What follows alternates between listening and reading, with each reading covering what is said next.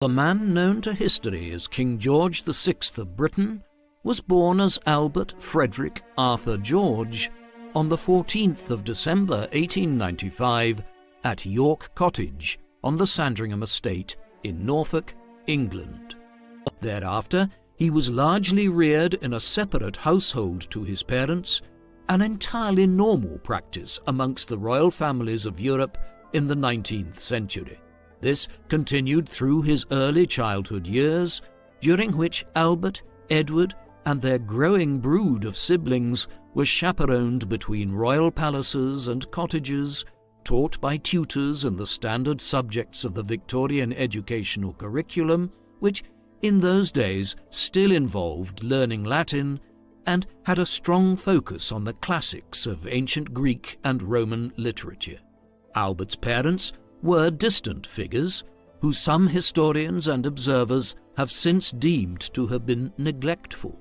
It was perhaps on account of the traumatic elements of his youth that he began to suffer from a stutter in his younger years, one which would continue to plague him into adulthood, though, as we will see, he largely triumphed over it in his 30s, well before he became king.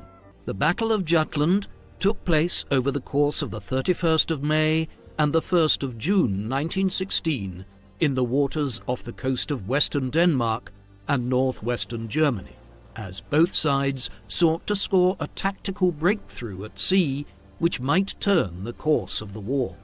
The British had the greater number of ships, with just over 150 vessels, 28 of them being the dreadnought battleships, the foremost military vessel of the day, supplemented by nearly 80 destroyer-class ships. Once Victoria died, George's father, Albert, Prince of Wales, would become king, but it had been assumed until the early 1890s that George's older brother, Albert Victor, as Victoria's eldest male heir, would ascend to the throne in due course. However, Albert Victor died prematurely in 1892, ensuring that the future George VI's father became second in line to the throne from 1892 onwards. Albert's father, King George V, died on the 20th of January 1936, in large part owing to a lung condition exacerbated by lifelong chain smoking, underlying medical conditions and habits which were shared by his sons and which plagued their later lives as well. He had been considerably ill since the mid-1920s, but by 1935 matters were very poor indeed. In his final months, he had expressed his hopes that if Edward continued with his relationship with Simpson, that they would not have children, and that the way would soon be clear for Albert to succeed to the throne one day. That would come sooner rather than later.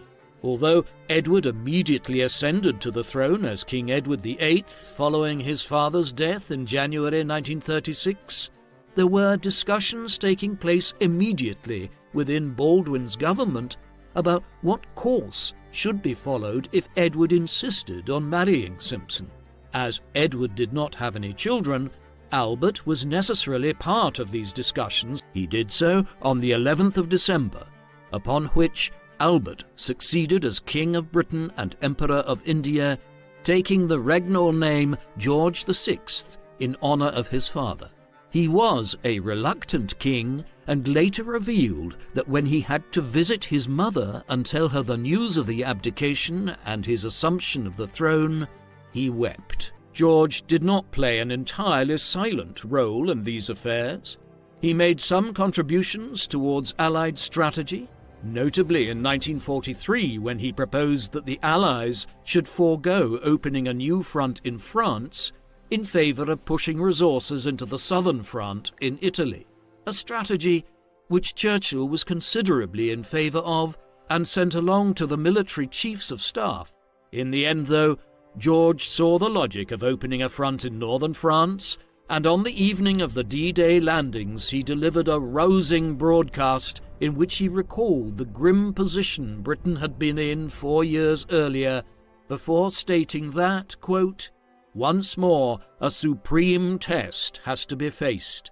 In the summer of 1940, the Blitz, a bombing campaign of Britain initiated by the Nazis, combined with a naval blockade of Britain in the North Atlantic, commenced. The Blitz began on the 7th of September with the goal of bringing Britain to negotiate peace terms without the Nazis having to launch a land invasion of Britain. London was the prime target from the beginning, but George and Elizabeth took the decision to remain in the capital. It was a hazardous decision. Over 1,000 people alone were killed in the city on the first night of the bombing campaign, and on the 13th of September, the King and Queen were very nearly killed when several bombs landed on Buckingham Palace.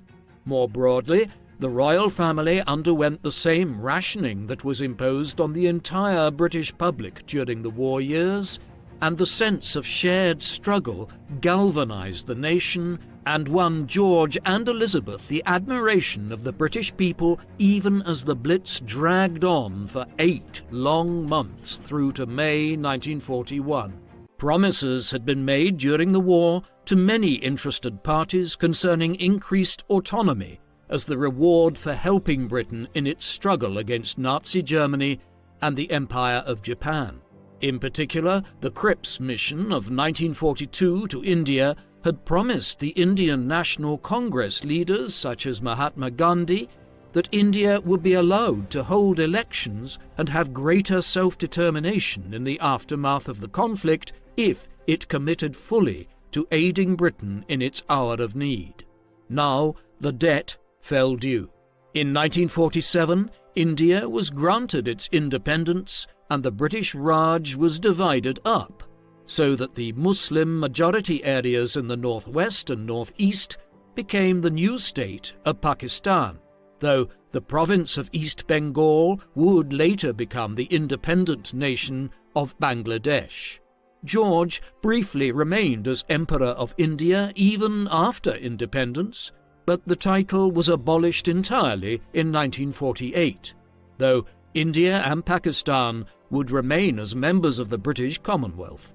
Thus, in the second half of the 1940s, George was overseeing the first steps of the post-war transition from the Empire to Commonwealth, including the 1949 London Declaration, which was pursuant from India's declaration of itself as a republic and the removal of George as head of state of that Commonwealth nation.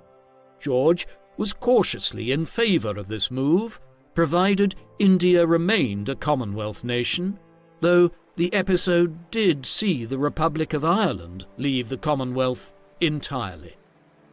The further dismantling of Britain's empire would gather pace in the 1950s, particularly from 1957 onwards when the first wave of decolonisation spread across Africa. By the mid-1960s, Britain would relinquish much of its control of its territories in regions like Kenya, Uganda, Nigeria and Rhodesia, many of which new nations in turn became members of the Commonwealth. But George would not live to see this. His health was deteriorating already in the late 1940s, though he was only just after entering his 50s. Like his father before him, his lifelong chain smoking had taken its toll on his health, as had the stresses of the war years. Moreover, by the late 1940s, he was suffering from several circulatory problems, including Buerger's disease, which leads to clotting of small and medium arteries, and which is also exacerbated by smoking. George VI led Britain through one of the most consequential periods in world history, and arguably the most significant in Britain's long imperial story. For much of 1940 and 1941, the country was the only major power standing against Nazi Germany and the fascist threat. In that dark moment, the country needed leadership. It is generally understood to have come from Winston Churchill, but there was also George and Elizabeth as his Queen Consort, who acted as figureheads in the struggle against the Blitz and the blockade of Britain by Germany. He rose extremely well to that occasion,